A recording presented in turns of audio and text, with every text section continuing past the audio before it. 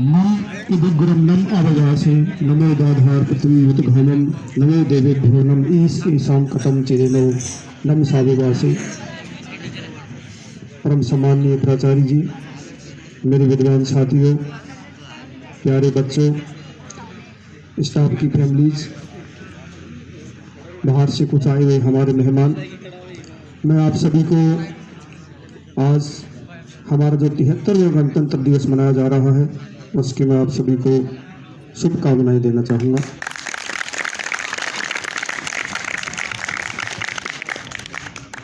ये 26 जनवरी जो हमारा दिवस मनाया जाता है, गणतंत्र दिवस के रूप में मनाया जाता है, जैसा कि आप सभी को विदित है, हमें पता है कि आज के दिन दिल्ली में राजपथ के ऊपर परेड हो रही है। हमारी सशस्त्र सेनाएं हैं वो अपना पराक्रम दिखा रही हैं। राष्ट्रपति जी, महामहिम जो राष्ट्रपति जी हैं, वो तीनों सेनाओं की परेड की सलामी लेते हैं। माननीय प्रधानमंत्री जी भी वहाँ पर उपस्थित रहते हैं, सारा उनका मंत्रिमंडल उपस्थित रहता है। तो ये 26 जनवरी को क्यों इस दिन की आवश्यकता पड़ी? क्योंकि हमारा देश जो था 15 अगस्त को स्वतंत्र हो गया था और अंग्रेज देश छोड़ करके चले गए। तो आज इस गणतंत्र दिवस को 26 जनवरी को मनाने की क्यों आवश्यकता पड़ गई थी? आपको विदित होगा बच्चों, आप जानते हो, आप पढ़ते हो, हमारा देश कालांतर से ही एक सांस्कृतिक विरासत रहा है। हमारे देश को सोने की चिड़िया कहा जाता था, आपको मालूम होगा। और हम लोगों को गर्व करना चाहिए कि हमें ईश्वर ने, भगवान ने भारत जैसी भूमि के ऊपर जन्म दिया। हमारा देश जो है सारे देशों की जननी रहा है। हमारी जो संस्कृति है, भारत की संस्कृति है, हमारी जो मातृभूमि है, सारी संस्कृतियों की, सारे धर्मों की संस्कृति रहा है, जननी रहा है। तो हमारे देश के ऊपर कालांतर से ही हमारे देश के ऊपर आक्रमण होते गए हैं और हम ये कहें कि हमारे देश के ऊपर एक नज़र सी लग दी गई पहले से ही, तो कोई अतिशयोक्ति नहीं होगा। जैसा कि मैंने आपको बताया कि 1947 में अंग्रेज देश को छोड़ करके चले गए। उससे पहले भी कई आक्रांत आए और चले गए और जो जिसको मिलता था लूट करके खूब लूटा लोगों ने, विदेशियों ने, आक्रांताओं ने खूब लूट करके चले गए। लेकिन हमारे भारत में कभी भंडार कम नहीं हुई। हमारे भारत की जो भूमि थी, ऐसी भूमि थी और है जो सोना उगलती है, इसमें कोई कमी नहीं आई कभी भी। आज भी हमारा देश जो है सोने की चिड़िया है, इसमें कोई संदेह नहीं है।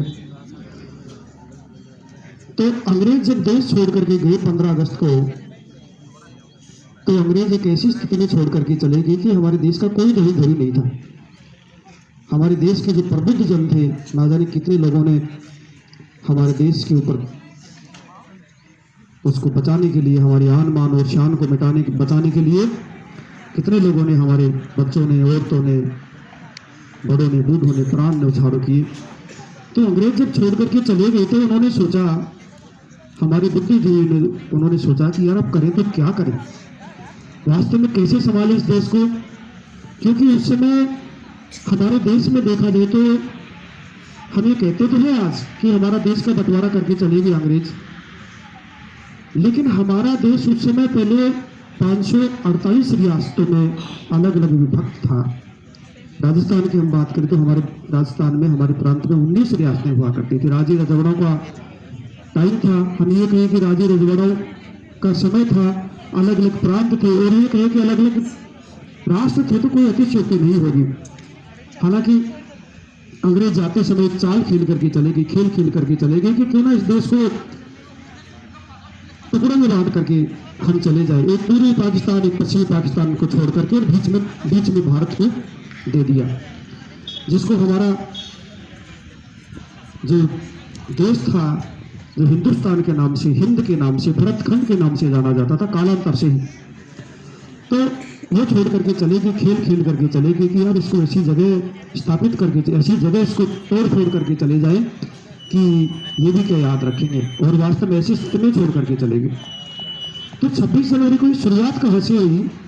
जब अंग्रेज भारत में थे तो 1929 में लाहौर एक अधिवेशन हुआ, उसमें जवाहरलाल नेहरू कांग्रेस के उस समय अध्यक्ष हुआ करते थे। तो चूंकि पूरे यूरोप में और लगभग पूरे संसार में हमारी डोमिनेंट स्टेट्स थे, राज्य रजवाड़ों का जो साम्राज्य था लगभग पूरे संसार में था, और पूरे संसार में ही लगभग कुछ देशों को छोड़ करके, जैसे अपन नेपाल और भूटान को छोड़ दें, कुछ देशों को छोड़ करके लगभग ब्रिटिश साम्राज्य सब जगह स्थापित था। ब्रिटिश लोग ये कहते थे कि हमारा सूर्य कभी अंत नहीं होगा। उन्होंने सोचा नहीं था कि भारत में ऐसे ऐसे लोग हैं, ऐसे सिद्ध पुरुष हैं, ऐसे भारत के नौजवान हैं कि वो तुम्हें भगा देंगे यहाँ से, तुम्हारी छक्के छोड़ा करके तुम्हें एक दिन बाहर का रास्ता दिखा देंगे। तो 1929 में जवाहरलाल नेहरू के नेतृत्व में लाहौर में एक अधिवेशन हुआ कांग्रेस का। उन्होंने मंत्रणा की कि यार क्यों नहीं अपन एक बात करें या एक काम करते हैं। बोला, नेहरू जी पढ़े लिखे तो थे ही सही। उन्होंने कहा कि यार पूरे संसार में लगभग इनका साम्राज्य तो है अंग्रेजों का, और वहाँ जो स्टेट है उनको स्वायत्ता प्रदान कर रखी है, स्वपोषित उपनिवेश है यहाँ पर, और ये अंग्रेज जो है हमारे ऊपर राज करते हैं। ये तरह तरह की बेखूब तरह की कायदे कानून बना देते हैं और हमें किसी तरह का कोई अधिकार नहीं है। कांग्रेस के सारे सदस्यों ने मिलकर के प्रस्ताव पारित किया और ये कहा कि यार क्यों ना हम अंग्रेजों के सामने बात रखें कि हमें एक डोमिनियन स्टेट्स का हमें दर्जा दे दिया जाए। सारा प्रस्ताव पास करके मंत्रण करके उन्होंने अंग्रेजों के सामने का रखा 1929 में। तो उन्होंने कहा कि नहीं, कोई तुम्हें डोमिनियन स्टेट्स का दर्जा नहीं दिया जाएगा, और तुम बोला बेवकूफ बने की बात करते हो, तुम फालतू की बातें करते हो, ये कह करके उनको भगा दिया वहां से। और वो जो प्रस्ताव था हमारे भारतीयों का उसको स्वीकार कर दिया। उन्होंने फिर गुप्त मीटिंग की, नेहरू जी ने सारे लोगों ने मिलकर के यार करें तो क्या करें, इनको कैसे बाहर भगाया। उस समय तो शायद उनके दिमाग में नहीं थे कि इनको एक दिन अपन बाहर भगा देंगे और ये भाग जाएंगे इतनी आसानी से। 1930 में उसी 26 नवंबर को 1930 में उन्होंने कहा कि तो ऐसे नहीं मानेंगे अंग्रेज। तो इन्होंने कहा कि हम खुद ही अपने जो देश है, अपने राज्य, अपने देश को, अपने भारत भूमि को पूर्ण स्वराज्य का दर्जा दे देते हैं। मतलब ये कौन होते हैं हमें दर्जा देने वाले। और 1930 में उन्होंने पूर्ण स्वराज अपने देश को घोषित कर दिया। तो उस दिन क्या था, उस दिन ये 26 नवंबर था 1930 की बात है। और लाला लाजपत राय, जब उन्होंने एक मीटिंग चल रही थी, उन्होंने घोषित किया था, लाला लाजपत राय वगैरह कही थे, अंग्रेजों ने तुरंत पुलिस बुला करके, पुलिस फोर्स बुला करके, आर्मी बुला करके उनको बेचारों को पीटा गया बुरी तरह से।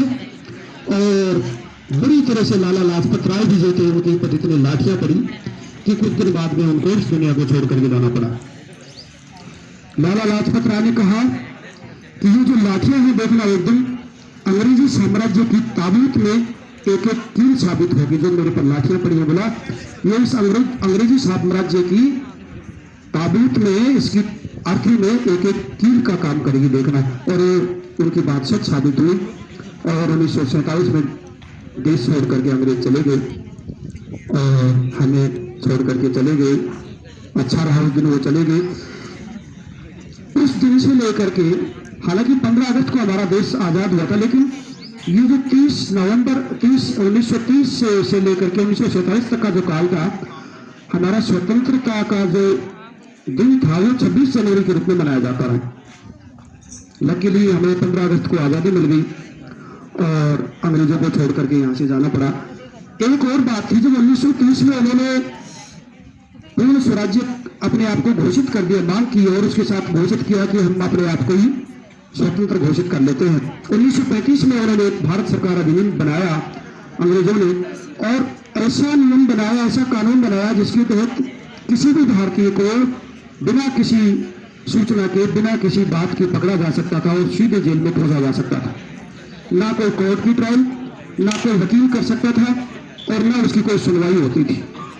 ऐसा अधिनियम बनाया उन्होंने कि उनको शायद लग गया था अंग्रेजों को कि अब अपने शायद यह भारत में आखिरी दिन है। तो उन्होंने जो 1935 का अधिनियम बनाया भारत सरकार, उसके तहत उन्होंने देश को चलाने का निश्चय किया।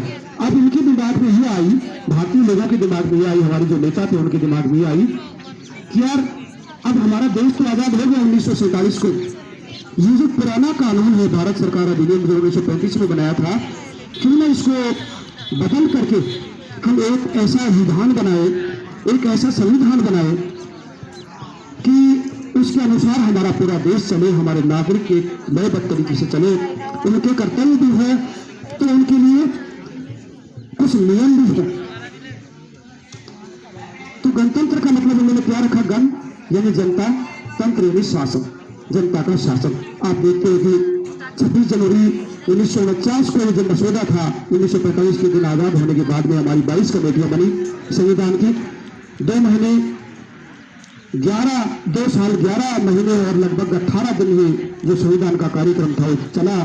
ड्राफ्टिंग कमेटी थी, उसके अध्यक्ष थे बाबा भीमराव अम्बेडकर साहब थे, और उसके अलावा 21 कमेटियां और थी। अलग अलग देशों को, विदेशों में भेजा गया। जो चीज जिस देश से अच्छी लगी, किसी से हमारा संसदीय प्रणाली का काम अच्छा लगा, किसी देश से वो उठा करके ले आए, किसी से कुछ। इस तरह से 22 हमारी कमेटियां थी, और इसमें 287 लोग थे प्रत्यक्ष और अप्रत्यक्ष रूप से, जिन्होंने रात दिन एक करके विदेशों में जा करके सारे संविधानों का अध्ययन किया, और अध्ययन करने के बाद हमारे देश में लौटे और बाबा साहब को कहा कि इसको अपने को कलमबद्ध करना है, अपने को लिखना है, ताकि आने वाली जो भारत की पीढ़ियां हैं उनको ये अफसोस ना हो कि हमारे जो बुजुर्ग लोग थे वो ना जाने क्या कह करके चले गए, तो उसको बना अपन कलमबद्ध करेंगे। तो उन्होंने ड्राफ्टिंग कमेटी बनाई और बाबा साहब अम्बेडकर को उसका अध्यक्ष नियुक्त किया। वो लिखने वाले थे संविधान को, जो बताते जाते थे वो लिखते थे सारे, क्योंकि उस समय बड़े प्रकांड विद्वान थे और वकील थे, पेशे से अच्छे प्रख्यात थे, वक्ता भी थे वो। तो उन्होंने उस चीज को लिखित में एक ड्राफ्टिंग, एक प्रूफ बना करके हमारे सामने पेश कर दिया। 26 नवंबर 1949 को उन्होंने मसौदा तैयार करके, और जो कमेटी थी 22 लोगों की समिति थी, उसके सामने सौंप दिया कि लीजिए आपका ये जो ड्राफ्ट है संविधान की कॉपी है वो तैयार है। अब उन्होंने सोचा कि तैयार तो कर दिया, लेकिन अब लागू कब करें? तो 26 जनवरी अगले ही साल 26 जनवरी 1950 को उन्होंने सोचा कि ज्यादा टाइम वेस्ट ना किए हुए अपन इसको लागू कर लेते हैं, स्वीकार कर लेते हैं। तो सारे लोगों के सामने, भारत की जनता के सामने इसको 26 जनवरी 1950 को लागू कर दिया हमारे देश के संविधान को, और एक ऐसा संविधान बनाया कि राजनीति में एक प्रकांड विद्वान माना जाता है चाणक्य को, लेकिन मैं सोचता हूँ कि हमारे जो लोग थे, हमारे देश के जो लोग थे, 22 कमेटियां थी, मैं नहीं सोचता कि हमारी 22 कमेटियों के लोग उस चाणक्य से कम रहे होंगे। ऐसा मसौदा तैयार करके चले गए। उस चाणक्य की बात, जैसा कि आप देखते हो हर काल में, आज उसको करीब 2500 साल हो गए उसको गुजरे हुए चाणक्य को, आज भी उसकी बात प्रासंगिक है। राजनीति ले लीजिए, चाहे कोई मौलिक धर्म की बात ले लीजिए, नैतिकताओं की बात ले लीजिए, आज भी हमारे जो मसौदे लिखे गए हैं 22 कमेटियों के द्वारा, बाबा साहब भीमराव अम्बेडकर के साथ जो लिखा गया, आज भी वो प्रासंगिक है। और आप देख लीजिए कि उसमें निचले स्तर से लेकर के, ग्राम पंचायत के स्तर से लेकर के प्रधानमंत्री तक उन्होंने ये लिख दिया कि हर 5 साल में चुनाव होंगे, और उसके बाद यदि हमारी जनता खुश नहीं है उसे, तो 5 साल बाद में उनको वोट देने का अधिकार होगा, दोबारा उनको बदलने का भी अधिकार होगा। इस तरह से उन्होंने ये मसौदा तैयार करके, आज जैसा कि हमारे पूरे भारत में एक राष्ट्रीय अवकाश है, तो 3 राष्ट्रीय अवकाश है भारत के मुख्य रूप से, 15 अगस्त, 26 जनवरी, और एक जो महात्मा गांधी की जो 2 अक्टूबर को होती है पुण्यतिथि, उसको।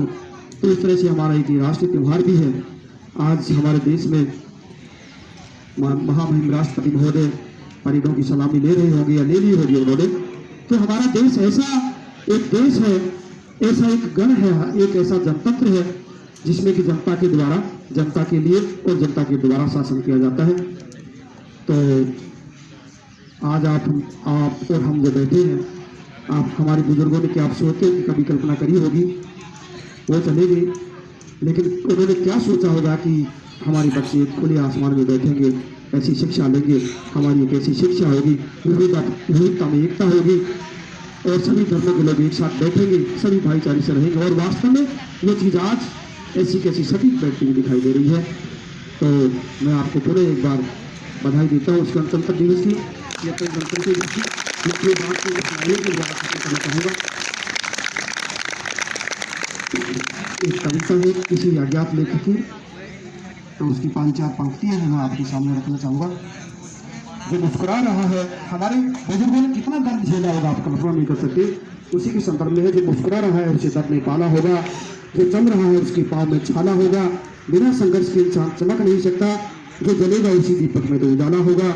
उदास होने की उम्र पड़ी है यारो, नजर उठाओ सामने जिंदगी खड़ी है, अपनी हंसी को होठों से न जाने देना, जी आपकी दुनिया मुस्कुराहट के पीछे खड़ी। जय हिंद, जय भारत।